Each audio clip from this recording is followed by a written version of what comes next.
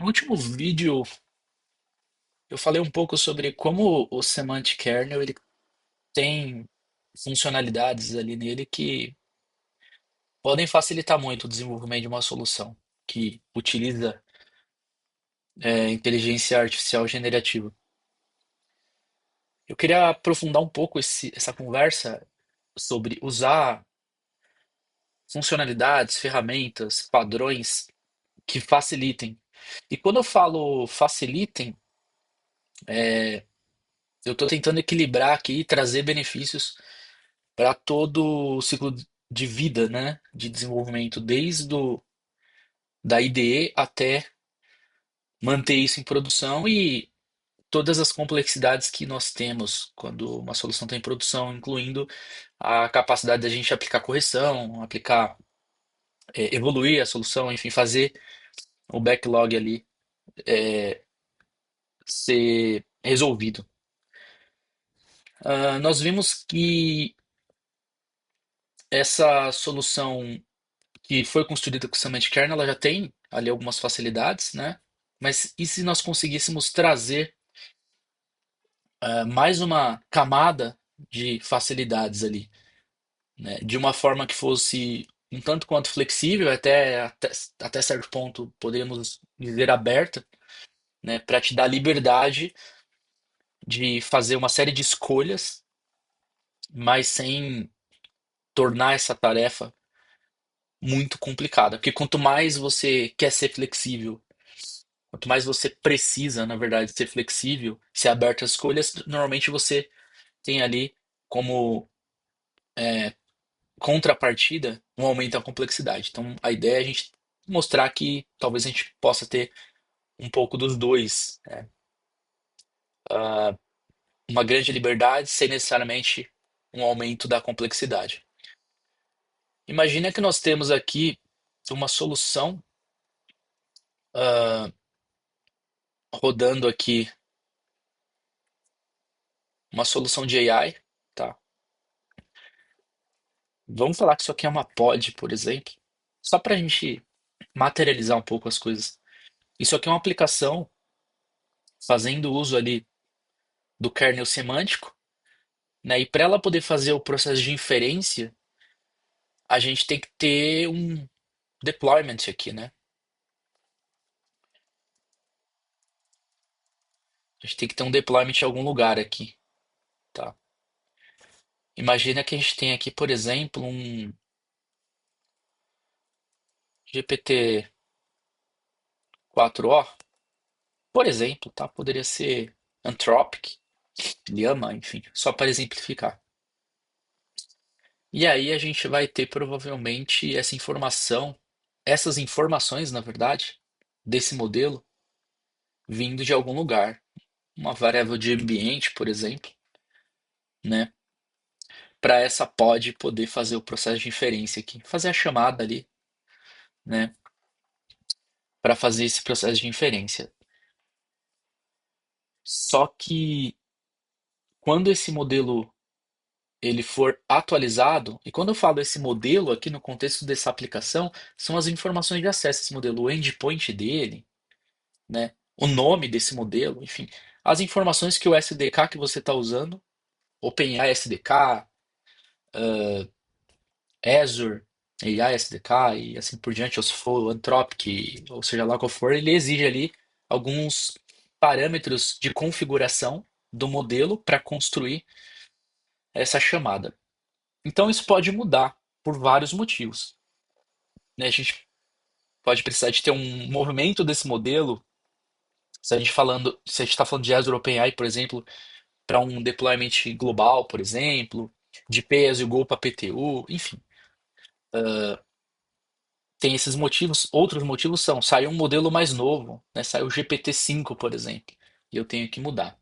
Nós vimos que o kernel semântico ali, o semantic kernel, ele já dá algumas facilidades, né, para a gente fazer isso, né? Mas dependendo do modelo para o qual eu vou mudar, eu posso ter um desafio adicional ali, né? Então, para mim ter o mínimo ou nenhuma mudança em nível de codificação, eu preciso que aquele modelo que o meu código está usando do SDK, ele suporte, por exemplo, uma mudança sem eu apenas alterando o parâmetro, tá? Uma vez que eu estou satisfeito e que eu acredito que eu quero usar ele, né? De repente eu vou fazer alguns testes de desenvolvimento, homologação, em produção, enfim, não importa muito o ambiente que eu estou mudando, mas eu quero já promover essa mudança. Se o modelo que eu estou usando ali, a construção do modelo que eu estou usando no SDK, ela suporta eu alterar somente os parâmetros de configuração, ótimo, né? Eu tenho menos fricção, menos acoplamento. Eu vou lá e mudo de GPT-4 para 5, por exemplo, e segue o jogo. Mas nem sempre isso vai ser uma verdade, tá? Porque eu posso ter um cenário onde eu não quero mudar de para GPT-5, eu quero mudar para Claude Sonnet 4, por exemplo. Então o cliente aqui, lá dentro do SDK, vai mudar. Se eu estou usando um SDK OpenAI, fatalmente eu estou mudando aqui. Estou indo para um modelo que não é suportado pelo SDK da OpenAI, tá? O que que eu posso fazer? Eu posso usar as facilidades que a gente viu no Semantic Kernel, tá? Se a minha aplicação não tem isso ainda, eu vou criar ali um construtor usando o SDK apropriado e só que isso implica em um ajuste de código. Então, novamente, se eu não tenho isso implementado no meu código, ainda eu vou ter que fazer isso, tá? E se nós conseguíssemos adicionar uma camada de abstração aqui, né? Onde eu pudesse, por exemplo, causar mudanças do tipo, como por exemplo, partir para um DeepSeek, que é um modelo bem diferente, por exemplo, né? Não sei se bem diferente cabe aqui, mas enfim, ele é tão diferente do OpenAI para o Claude, né? Quanto do OpenAI para ele, né? Para o DeepSeek, enfim. Modelo diferente aqui. O SDK da OpenAI não vai suportar um DeepSeek. E se eu conseguisse colocar uma camada de abstração aqui, tá? Em nível de plataforma, tá? Seria bem interessante. E aí que entra o AI Foundry, né? O AI Foundry, que é essa plataforma de AI, né, que a Microsoft está desenvolvendo cada vez mais, está ficando cada vez mais madura, com cada vez mais funcionalidades. Eu poderia colocar então aqui no meio de campo o AI Foundry, né?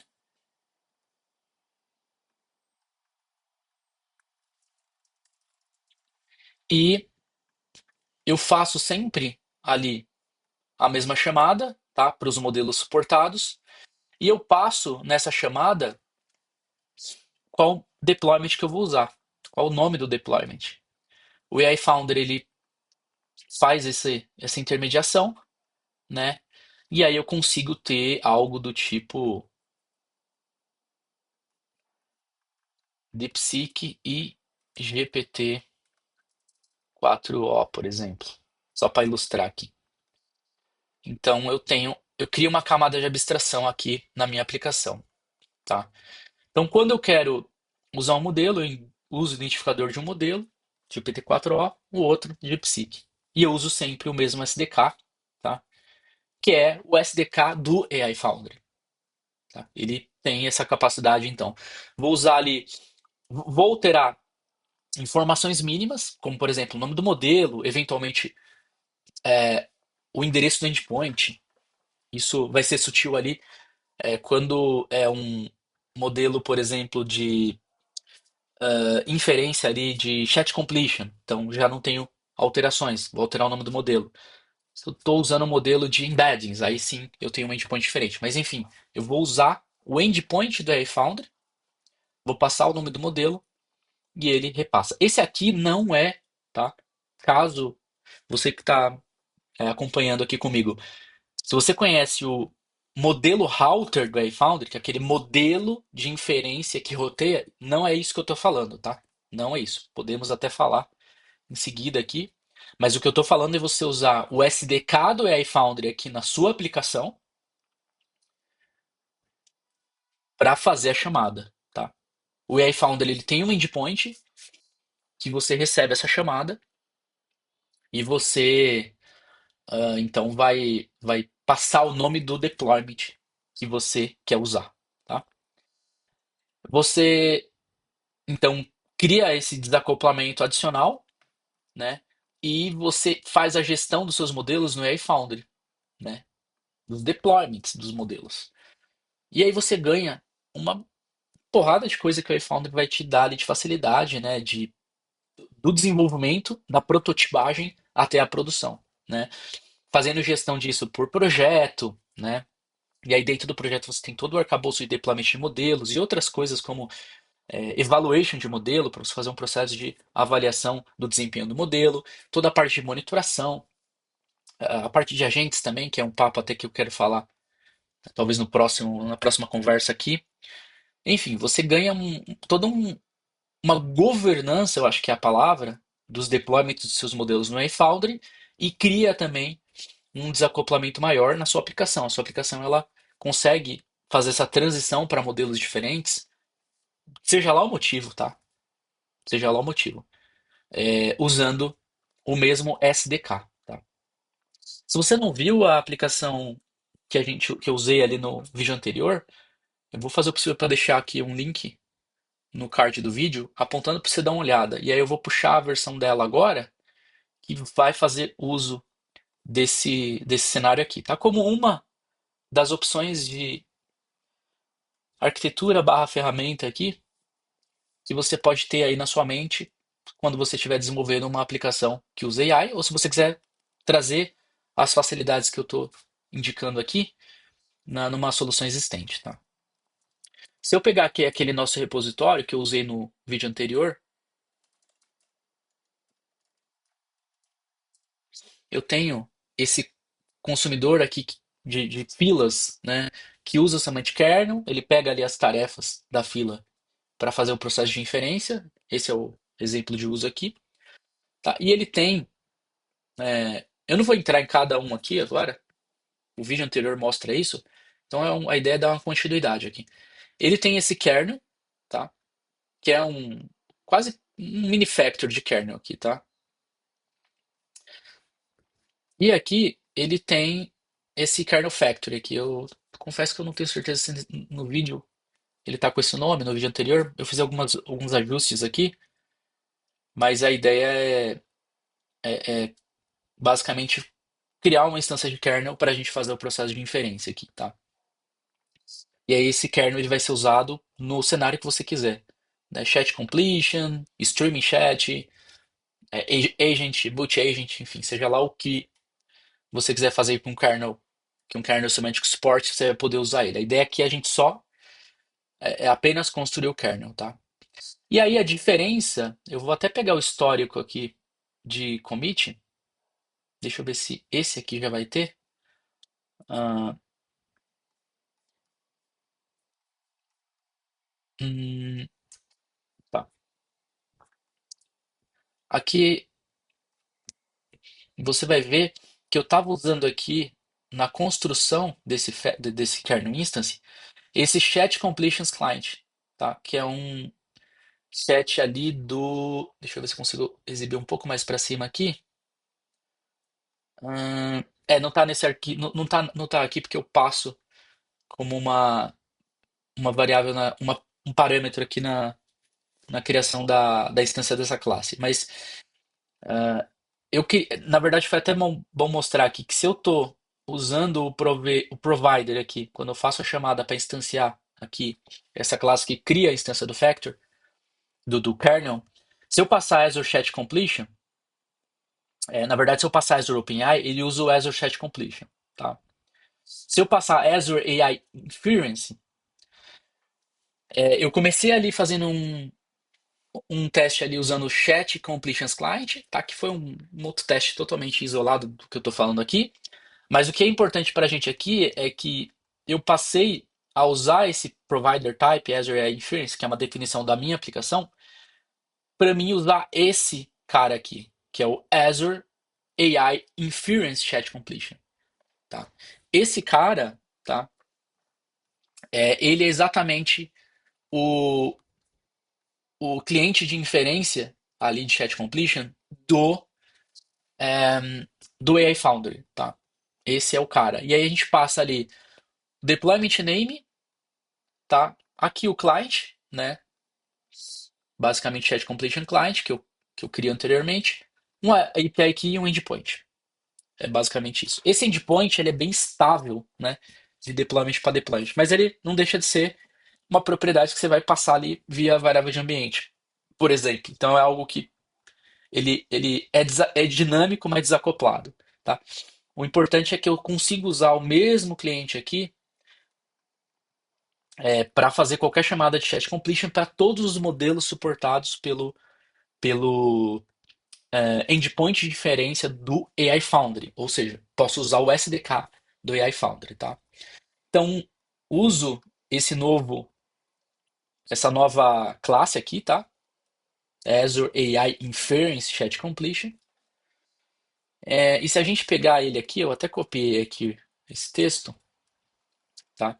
Você vai ver que aqui no Semantic Kernel, em Chat Completion Services, tá? Deixa eu ver se tem um exemplo aqui. É aqui, ó, Azure AI Inference. É esse cara aqui na documentação, tá? Que é o cara que me permite bater, então, no endpoint do AI Foundry para fazer esse processo de inferência. E aí eu consigo ter um dinamismo ali com relação aos deployments de fabricantes de LLM. Vou chamar aqui de fabricante, por exemplo, OpenAI, DeepSeek, diferentes, sem precisar de alterar necessariamente o, o SDK que eu estou usando, tá? Então, é uma vantagem bem interessante aqui para manter essa aplicação, né, de uma maneira um pouco menos complicada ali, diante de um cenário onde eu preciso mudar o modelo, tá? Esse é um ponto bem interessante. Agora a gente vai fazer o seguinte. Eu vou abrir a aplicação aqui para mostrar para vocês um pouco disso acontecendo. Mas antes disso, deixa eu abrir o portal do AI Founder, que é aqui em ai.azure.com. Tá? Eu tenho aqui um projeto que eu estou trabalhando e eu vou pegar um modelo aqui. Vou descer aqui embaixo em Models and Endpoints. Eu tenho o GPT-4.1, tá? Se eu entrar no GPT-4.1, aqui nas propriedades dele, aqui nessa primeira aba Details, aqui eu tenho as linguagens que eu consigo trabalhar com ele, tá? De uma forma geral, e os SDKs. Tá? Ele vem por padrão selecionado o Azure OpenAI SDK. Tá? Se eu usar esse SDK para conectar no GPT-4.1, maravilha, tá? Sem problema. Só que se eu for usar o DeepSeek, por exemplo, se eu precisar mudar a minha aplicação para passar a fazer uma chamada para o DeepSeek, tá? Seja uma troca ali tombando mesmo toda a aplicação para mudar definitivamente de modelo, ou um cenário onde eu faço chamada para os dois modelos, porque de repente uma parte da minha inferência eu quero fazer no 4.1 ou em qualquer outro modelo do OpenAI e uma parte da inferência ali no meu caso de uso inteiro eu quero fazer no DeepSeek, eu teria que usar dois SDKs na minha aplicação e manter dois SDKs, né? Questão de dependência, atualização, vulnerabilidade, enfim, tudo isso que vocês já sabem que traz como problemas, né, de usar um SDK X numa aplicação. Tá? Só que eu posso mudar aqui para o Azure AI Inference SDK, que é o que eu mostrei ali agora há pouco no código do Kernel Factory que eu montei. Tá? Esse Azure AI Inference SDK, ele usa então, né, o cliente aqui desse SDK que eu vou poder reaproveitar então em modelos diferentes, tá? Né?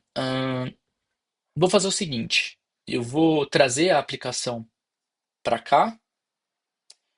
Deixa eu abrir o VS Code. Eu não sei se ela está aberta aqui. Ela está aberta em outro projeto aqui. Deixa eu abrir uma nova instância do VS Code e puxar aqui, ó, Semantic Kernel Consumer. Eu tenho uma cópia aqui local. Acho que ela está até atualizada. O último commit. Eu tenho algumas coisas aqui. Eu estava fazendo algumas coisinhas aqui que eu não lembro, na verdade, o que eram. Acho que eu estava jogando isso para um Kubernetes, alguma coisa assim, né? Beleza. Eu vou rodar essa aplicação novamente. Eu estava atualizando uns testes aqui, enfim, não lembro direito. Bom, vamos rodar a aplicação aqui. Ah, eu tenho que fazer algumas coisas, tá? Tenho que subir o Azurite, porque meus prompt templates estão no Blob Storage. E eu tenho que garantir que o meu simulador aqui do GitHub, do Service Bus, Tá rodando. Então, só trazendo aqui para vocês verem, simulador do Service Bus. Acabei de startar ele, na verdade, ele não estava rodando. Então agora ele está rodando aqui. Beleza. Então a gente tem dependências rodando. E eu vou subir aqui a aplicação aqui. Então, subir a aplicação. Opa, cliquei errado aqui, pessoal. Deixa eu só subir de novo aqui. Ah, tá.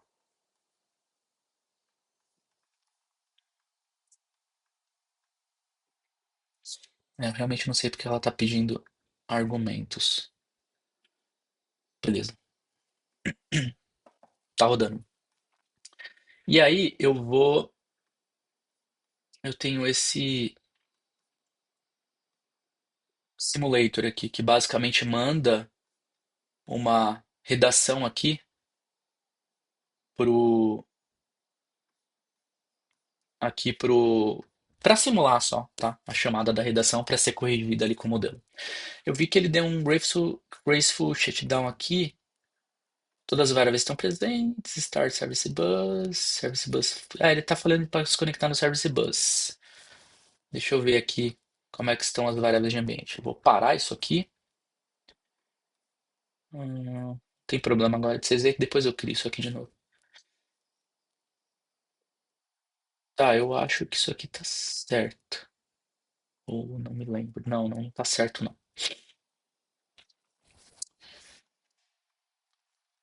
Deixa eu pegar a variável de ambiente aqui do Service Bus. Até para vocês verem como é que faz isso, se vocês quiserem um dia. É só selecionar aqui o container do emulator. Mesmo tem dois containers ali rodando. E você pega aqui, ó, essa. Beleza. Agora ele mudou aqui, colocou a chave, beleza, tudo bonitinho. E vamos rodar a aplicação de novo, que é a main.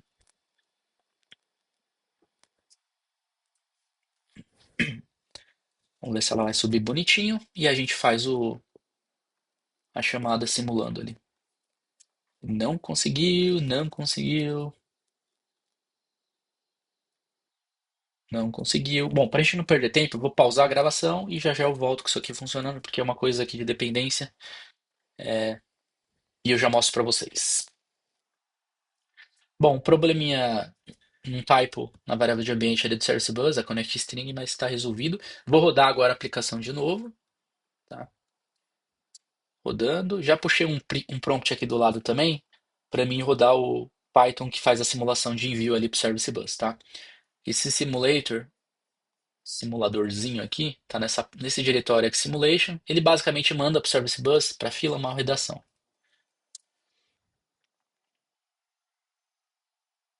Aí mandou. é, e aí ele corrigiu, tá? Aqui ele está usando o GPT-4.1, certo? E aí vamos imaginar que eu quero trazer um outro modelo diferente para essa aplicação. Seja lá qual for a razão de você estar fazendo isso. Mínimo aqui de atrito, máximo de reaproveitamento de código. O que que eu posso fazer? Eu vou lá no AI Foundry, que eu estou usando aqui para governança dos meus modelos para esse projeto. Pode ser aqui em ambiente de desenvolvimento, por exemplo, homologação, produção, tanto faz. Vou fazer o deploy de um novo base model aqui e vou fazer o deploy, por exemplo, desse modelo aqui de Psique. Esse modelo aqui, por exemplo, R10528, confirmar. Vou vir aqui em customizar, tá? E vou só subir os tokens para não bater nenhum limite ali para efeitos de demo aqui, para não ficar atrasando a demo.